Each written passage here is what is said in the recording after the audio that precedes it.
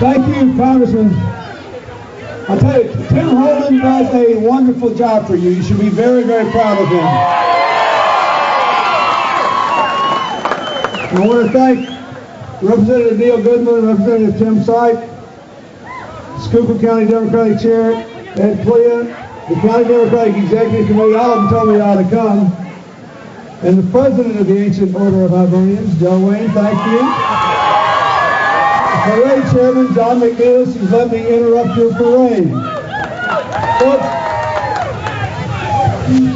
when Tim Holden asked me to come to Girardville to the St. Patrick's Day Parade, I said, Tim, it's 12 days late and it's a small town. He said, oh, but it used to be a coal mining town and they voted for you. I said, I'll be there. He didn't tell me that there'd be 20,000 people here, however many there are. I believe that I'm going to have to send a letter to the Irish Prime Minister, Bernie Ahern, telling him we should seriously consider changing the date of St. Patrick's Day. You know, St. Patrick Christianized Ireland without firing a shot, or in that case, in the 6th century, drawing a sword. It's the only example in human history where a nation adopted a new faith without any violence. The only example. And I think it's appropriate that we remember that on the 10th anniversary of the Good Friday Accord. One of the most meaningful experiences of my life is being able to do that. My Cassidy relatives, my mother's family, came from a little village called Rosalie, which is it's in County Fermanagh in Northern Ireland, the southwesternmost county, right on the border of the Irish Republic. They were originally Scots-Irish, but they married so many Catholics we can't tell what our roots are anymore. So I was genetically prepared to make peace for Northern Ireland. And I'm honored to be here because I'm grateful to the people of Pennsylvania for giving me a chance to serve as president twice. I couldn't have done it without you.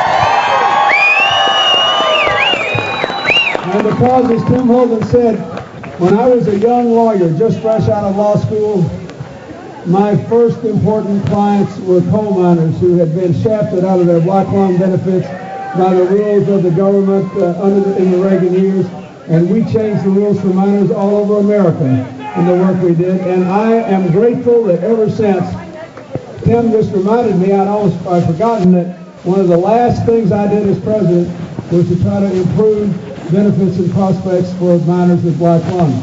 And now I just want to say this, you still have coal mining operations here.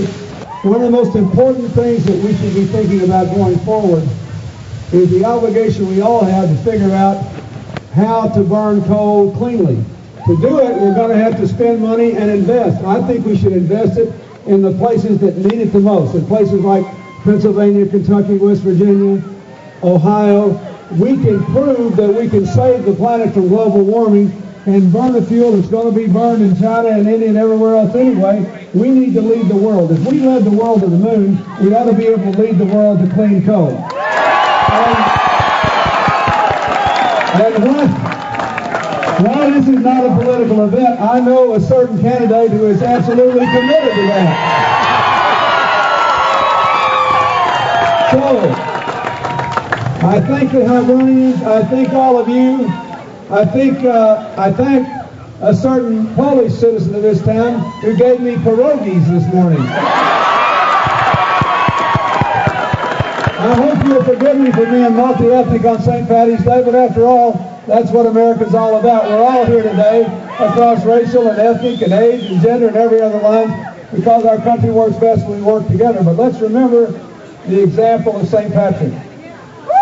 And all that we do as a nation, as a community, it's the only time in history a people adopted a new faith in the spirit, in this case, of the founder, in the spirit of Christ. Ireland adopted Christianity peacefully. St. Patrick is the kind of leader we all need to try to be. Thank you, and God bless you.